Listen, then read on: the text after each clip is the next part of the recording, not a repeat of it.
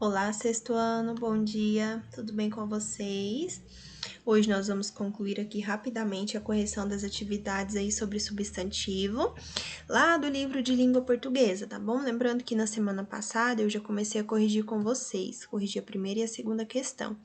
Agora nós vamos concluir, já falei aí dessas páginas da teoria que nós temos no livro de língua portuguesa, revisando aquilo que nós já havíamos visto, né, no livro de gramática.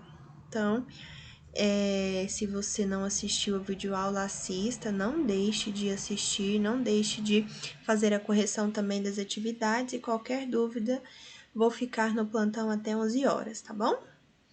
Veja só, temos aqui um texto, De Volta a Ushuaia. Na Geórgia, o elenco de razões para adorar um lugar parece não ter fim.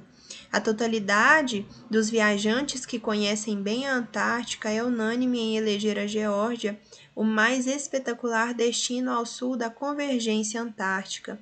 A ilha é subantártica e, embora se situe numa latitude não muito maior do que as Falkland, está bem ao sul da linha da convergência. A frequência de gelos grandes é maior do que em muitos pontos do próprio continente. É um lugar forte como nenhum outro que conheço. A história da ocupação baleeira, as geleiras, as histórias dos seus desbravadores são fortes.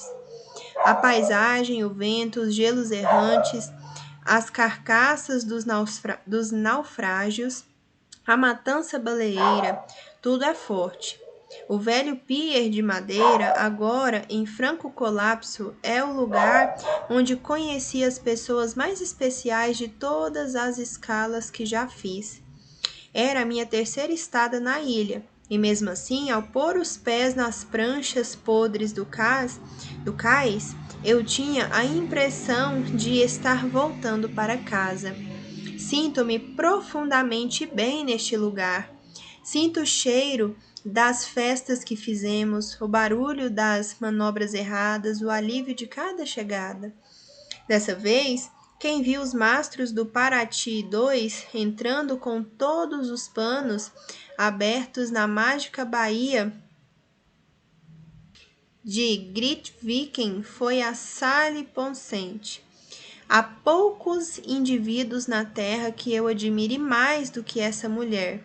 Mais uma vez ela me lembrou da dívida de visitá-los um dia. Eu continuo em dívida por uma pequena dificuldade burocrática. O procedimento de entrada nas Falkland, Malvinas, deve ser feito pela capital, Port Stanley. Adorável cidade de hábitos, cultura, arquitetura e trânsito tipicamente britânicos, a leste das ilhas. A remota ilha dos Pocente, com suas colônias de pinguins e santuários de albatrozes, fica no extremo oeste, o que obriga os visitantes vindos do Brasil ou da Terra do Fogo a fazer uma volta de quase um dia de navegação. De Grytviken, seguimos para as baías ao norte, onde noruegueses montaram as estações baleeiras de Husvik, Stromness e Lady Harbor. Husvik é a minha preferida, mais protegida que as outras baías, tem na encosta sul uma região onde, além de renas, há uma colônia de pinguins papua e outra de pinguins-rei, driblando os elefantes marinhos e, sobretudo, as milhares de focas de pelo. A maioria jovem nessa época é possível chegar caminhando em menos de 2 horas às ruínas da estação. Nosso segundo desembarque no local foi palco de uma das inusitadas demonstrações de iniciativa de Fábio. Descemos do bote amarelo e rapidamente pulei na praia de Pedregulhos para fincar bem a âncora. Jamais poderei imaginar que a outra ponta do cabo tivesse sido usada por alguém que não aprendeu de volta no barco. Quando estávamos os 5 no morro, a caminho dos pinguins, vi o bote indo embora sozinho. Na Antártica, na maioria dos lugares onde costumo desembarcar, um incidente como esse significa morte. Não sei se foi por me conhecer melhor ou se foi a cara de raiva que eu fiz, mas o Fábio não pensou 2 segundos. Desceu correndo até a praia, pulando por cima das focas e atravessou a faixa de neve, atirando pedaços de roupa pelo caminho. O retorno até o Paraty 2 demoraria, e com roupas molhadas seria um sofrimento. Ele tirou tudo, até o relógio, criou coragem e se lançou pelado nas ondas geladas, gritando como um bárbaro. O Fábio subiu no bote e com uma tremedeira visível nos salvou. A perda de um bote em lugar distante, a falha de um motor, um pequeno esquecimento são incidentes que, no lugar de mudanças climáticas súbitas e violentas, rapidamente se transformam em tragédias. Então, temos aqui um texto de Amir Klink. Nós estamos tratando, trabalhando aí nesse capítulo relato de viagem, e aqui não é diferente, E aqui nós temos, veja só, colônia de pinguins-rei em uma praia da Geórgia do Sul. Uma imagem muito bonita. Aqui nós temos o vocabulário desconhecido, unânime, que exprime concordância geral, baleeira, relativa à baleia, errantes, que se movem sem rumo, pier, construção que avança para o mar na qual se amarram embarcações, colapso, desmoronamento, ruína, remota, muito distante, súbitas, imprevisíveis, inesperadas. Aqui nós temos um textinho falando, sobre este texto que nós acabamos de ler.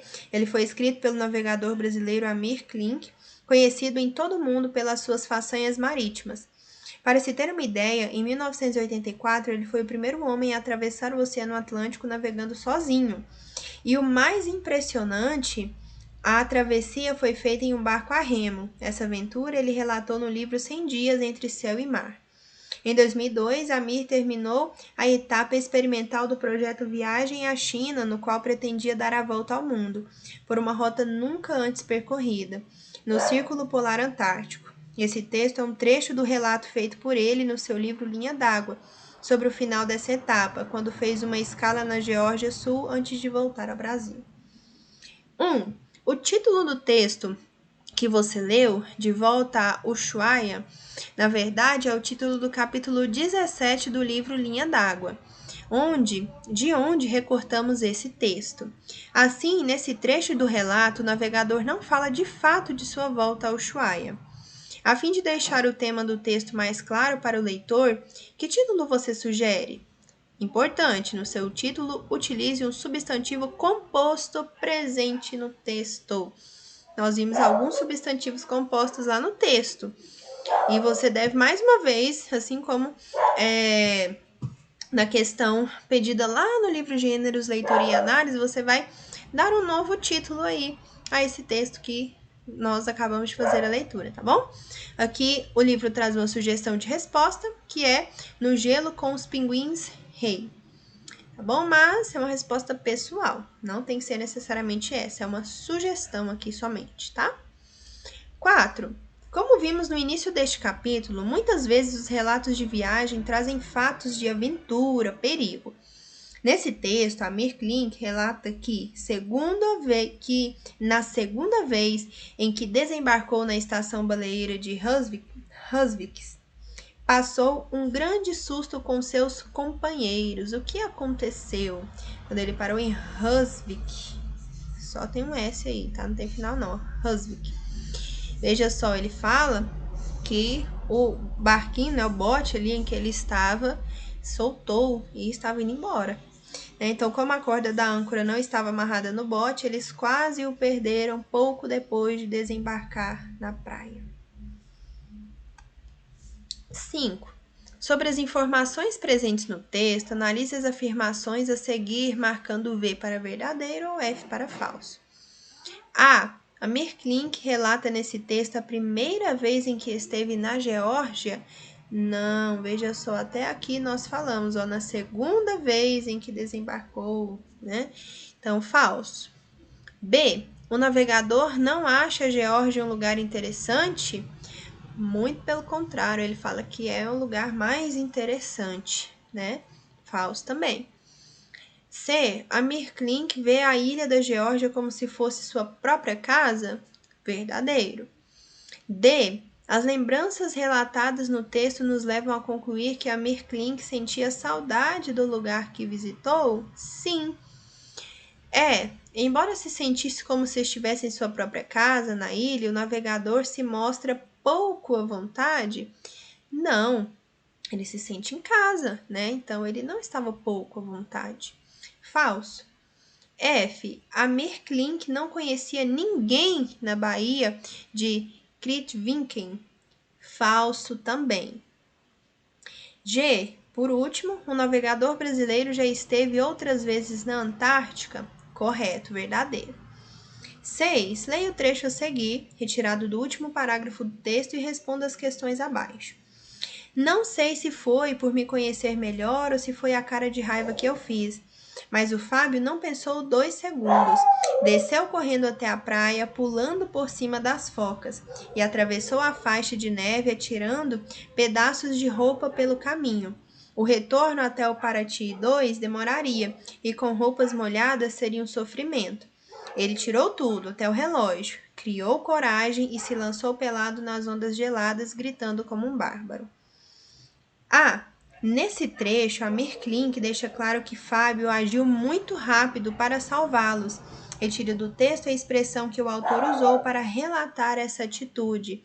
Veja só, ele foi muito rápido, ele nem pensou, né? Ele nem pensou 2 segundos. Nós utilizamos muita expressão, né? Não pensou 2 vezes. Então, ele diz ali, não pensou 2 segundos e já foi. B. Por que, quando desceu correndo até a praia, Fábio tirou todas as roupas? Veja só, porque seria muito difícil nadar com as roupas molhadas por causa do peso. Então, ele tirou tudo para ir rápido. C. Que figura de linguagem podemos identificar no trecho gritando como um bárbaro? Olha só a presença do como aí, né? Foi a primeira figura de linguagem que nós trabalhamos, a comparação. E é uma comparação explícita, né? Que nós temos a presença do conectivo como, gritando como um bárbaro. Uma comparação. D. No trecho, ele tirou tudo até o relógio, criou coragem e se lançou pelado nas ondas geladas, gritando como um bárbaro. A palavra ondas funciona como um substantivo. Que palavra especifica uma característica desse substantivo? Veja só, ele tirou tudo até o relógio, criou coragem e se lançou pelado nas ondas geladas. Veja só, não foram quaisquer ondas, foram ondas geladas. Então, geladas está caracterizando esse substantivo ondas, tá bom? Veja só, eu poderia deixar somente ondas, né? Se lançou pelado nas ondas. Mas eu trouxe uma característica sobre essas ondas aí para ficar mais específico, tá bom? Vou trazer mais detalhes, mais informações. Então, é geladas, tá bom? Mais à frente nós vamos ver que geladas é um adjetivo, tá bom? E para nossa aula não ficar muito grande, como hoje nós também vou mandar para vocês a correção das atividades de gênero, leitura e análise, nós terminaremos a correção dessas atividades na próxima aula, tá bom? Corrija aí essas questões que foram trabalhadas aqui e qualquer dúvida, mandem mensagem para mim, tá bom? E quem está lá no presencial, anote as dúvidas no caderno e me procurem, né? Apresentem essas dúvidas aí na aula presencial quinta-feira, tá bom? Desejo que vocês tenham uma ótima semana, um ótimo dia, bons estudos para vocês e estou à disposição até 11 horas no plantão, tá bom? Tchauzinho!